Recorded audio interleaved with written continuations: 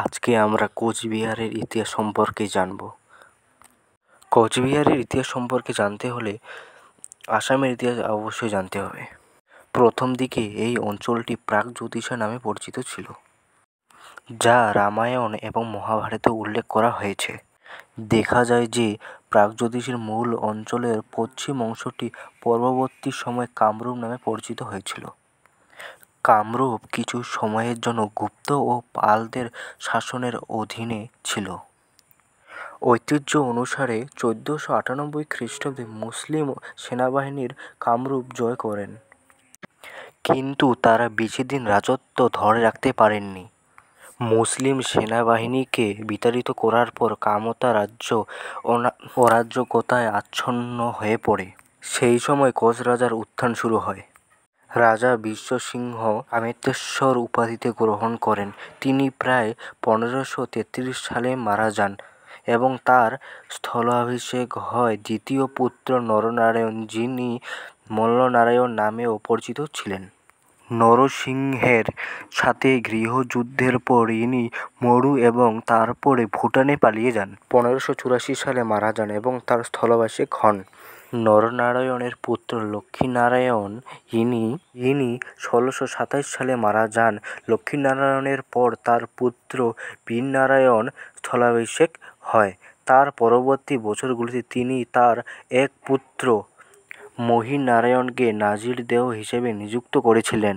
বীরনারায়ণ 1632 সালে মারা যান এবং তার পুত্র প্রাণনারায়ণ 1666 সাল পর্যন্ত রাজত্ব করে।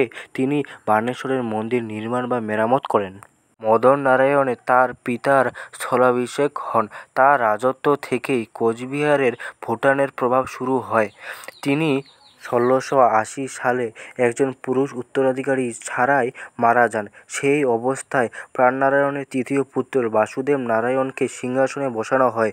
সংঘর্ষে তিনি নিহত হন। তারপর প্রাণনারায়ণের প্রকৃত মহেন্দ্রনারায়ণকে সিংহাসনে বসানো হয়। মহেন্দ্রনারায়ণকে সিংহাসনে বসানোর হয় মহেন্দ্রনারায়ণের মৃত্যুর সাথে সাথে রূপনারায়ণের ক্ষমতায় আসেন। 21 বছর রাজত্ব করার পর 1714 সালে তিনি মারা যান। তার পুত্র উপেন্দ্রনারায়ণ 1763 সাল পর্যন্ত বহাল ছিলেন। বালক দেবেন্দ্রনারায়ণ নাজির লালিত নারায়ণের অভিভাবকে রাজা হিসাবে নিযুক্ত হন। 1764 সালে খড়গ নারায়ণের উপেন্দ্রনারায়ণের ভাইপুত্র ধরেন্দ্র নারায়ণকে সিংহাসনে বসানো হয়। সেই সময় ভুটিয়াদের প্রভাব এতটাই বেড়ে গিয়েছিল যে ভুটানের একটি কার্যালয় কোচবিহারের সেনাবাহিনী নিয়ে স্থায়ীভাবে অবস্থান করেছিলেন। তার পুত্র ধরেন্দ্র নারায়ণের সিংহাসনে বসানো হয়। ইস্ট ইন্ডিয়া কোম্পানি তাদের সীমান্তের কাছে ভুটিয়াদের শক্তি দেখাচ্ছিল। নাজিরের সাহায্যে আবেদন কোম্পানির পক্ষ থেকে স্বীকার করা হয়।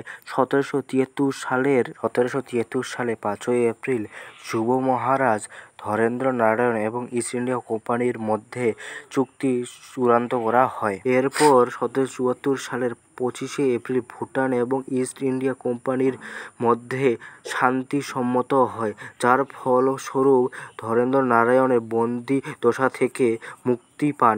ধরেন্দ্র নারায়ণ 1775 সালে মারা যান। তারপর ধৈরেন্দ্র নারায়ণ দ্বিতীয়বারের জন্য সিংহাসনে বসেন। 1780 সালে তার একমাত্র উত্তরাধিকারী হরেন্দ্র নারায়ণকে রেখে মারা যান। ধরেন্দ্র নারায়ণ এর মৃত্যুর পর নরেন্দ্র নারায়ণ তার স্থলাভিষেক হয়। 1759 সালে জে.পি.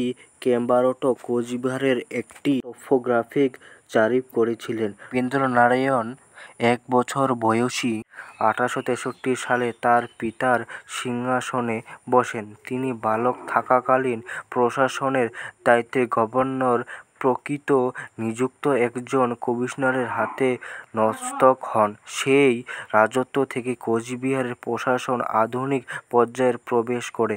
প্রথম কমিশনার ছিলেন কর্নেল জে.সি. হার্ট। 1878 সালে 6 মার্চ মহারাজা নৃপেন্দ্র নারায়ণ শ্রীমতী সুনীতি দেবীকে বিয়ে করেছিলেন। ইনি ছিলেন কেশবচন্দ্র সেনের কন্যা। 1878 সালে নতুন প্রাসাদ নির্মাণ সম্পূর্ণ হয়। মহারাজা নৃপেন্দ্র নারায়ণ 1611 সালে মারা যান এবং তার জ্যেষ্ঠ পুত্র বড় পুত্র রাজেন্দ্র নারায়ণ এর স্থলাভিষেক হয়। তিনি 1913 সালে মহারাজ এবং তার ভাই ইন্দ্রেন্দ্র নারায়ণের স্থলাভিষেক হয়। তিনি 1921 সালে মারা যান এবং তার নাবালক পুত্র জগদীপেন্দ্র নারায়ণের স্থলাভিষেক হয়। তিনি ছিলেন কোচবিহারের শেষ রাজা। দ্য ইনস্ট্রুমেন্ট অব অ্যাকসেশন স্বাক্ষরিত হয় এবং ফলস্বরূপ কোচবিহার ভারতে স্বাক্ষরিত হয়। ভারত সরকারের কাছে প্রশাসনের হস্তক্ষেপ 1949 সালে সেপ্টেম্বরের 12 তারিখে ঘটেছিল। ভারত সরকারের অ্যাক্ট 1935 ধারা 290 এর অধীনে এটি আদেশের প্রাধান্য কোচবিহার 1 জানুয়ারি 1950 সালে স্বাক্ষরিত হয়। পশ্চিমবঙ্গের একটি জেলা নামে নিযুক্ত করা হয় এই কোচবিহার বা কামতাপুর। সম্রাট সমুদ্রগুপ্তের এলাহাবাদের স্বাক্ষরের শিলালিপির খ্রিস্ট 4th শতাব্দীর কামরূপ অঞ্চলের অংশরূপে উল্লেখ করা হয়েছে।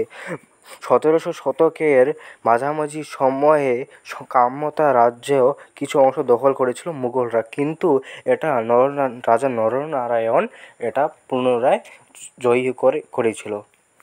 যদি আমার চ্যানেলে নতুন হয়ে থাকেন তাহলে সাবস্ক্রাইব, লাইক, কমেন্ট করবেন। Thank you for watching. Please bro, please.